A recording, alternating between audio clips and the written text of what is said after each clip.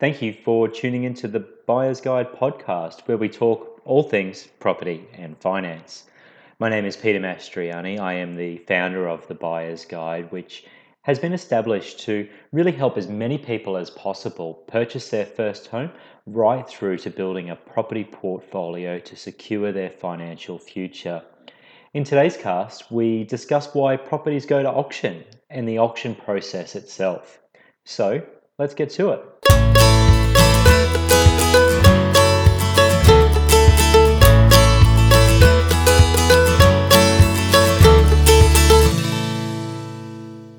Going once, going twice, going three times, no final offers, sold.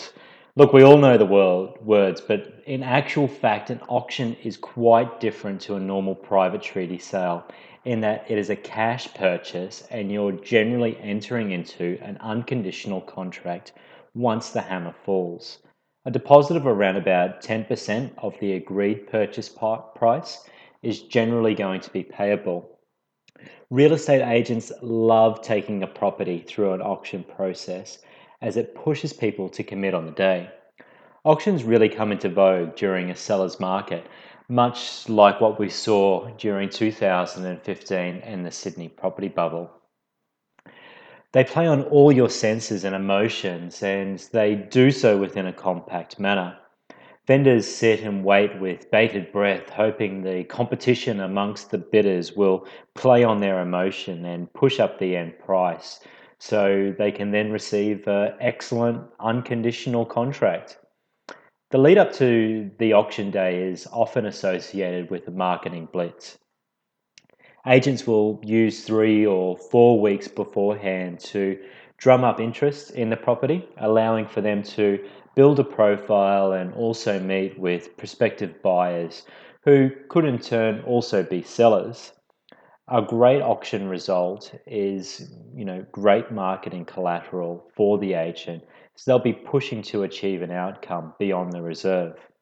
By knowing why properties go to auction, what is the actual process?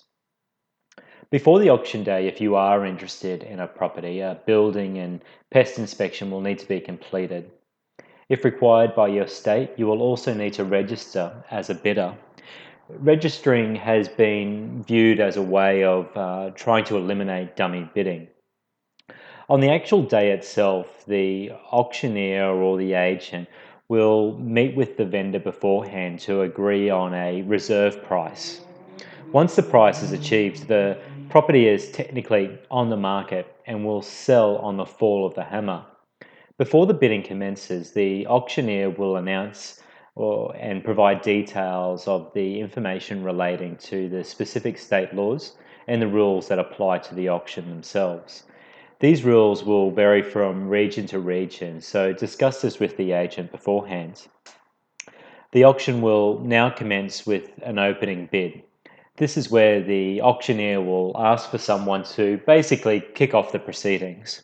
Or the auctioneer may call it themselves and indicate that they're taking bids in 5,000, 10,000, or 20,000 K increments, or whatever the increment may be. Now, you can bid really in any amount outside of the specified range of the auctioneer, but it's up to the auctioneer's discretion whether or not they accept the bid. Trying to put in a low bid when there's plenty of other bidders that are keeping a high momentum may not go to your favor.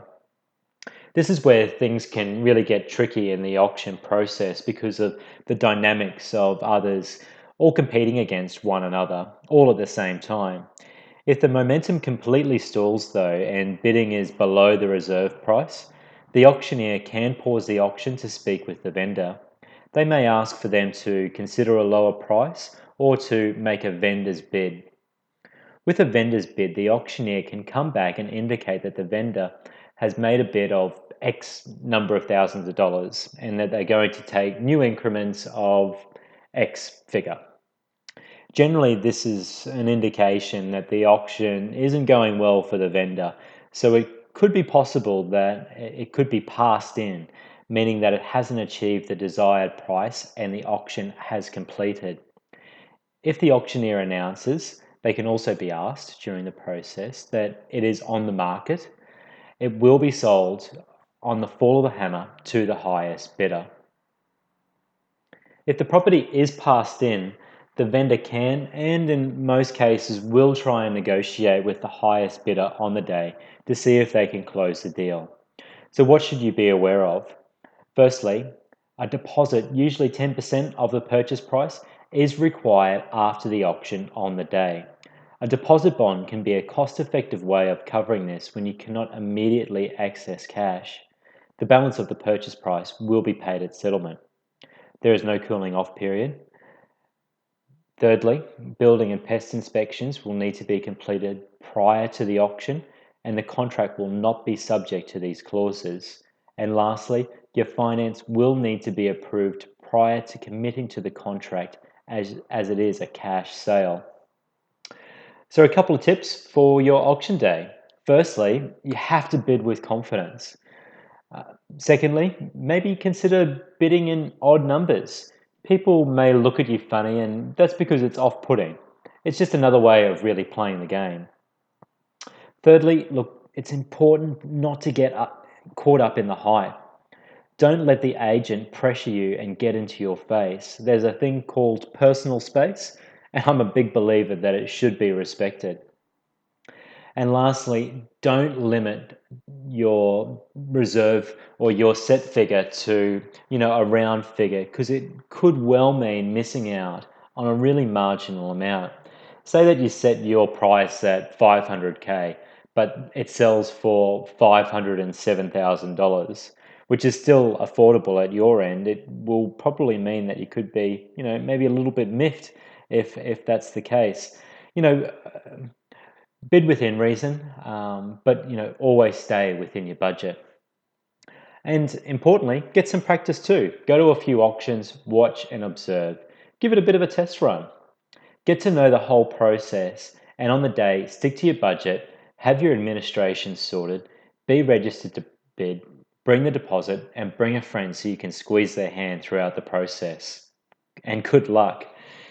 The Buyer's Guide has an extensive members section through www.thebuyersguide.com.au. In this section, you'll be able to access a whole range of videos that explain all things property and finance. Plus, you'll also get access to our 5-step SMART process, which gives you everything that you need to know when purchasing property. You'll also receive a copy of the First Home Buyer's Guide and gain access to special promotions which could literally save you thousands. But it's only available to Buyer's Guide members. So be sure to check it out and register today. And tune in for our next podcast, where we continue to discuss all things property and finance. Thanks again. Bye-bye.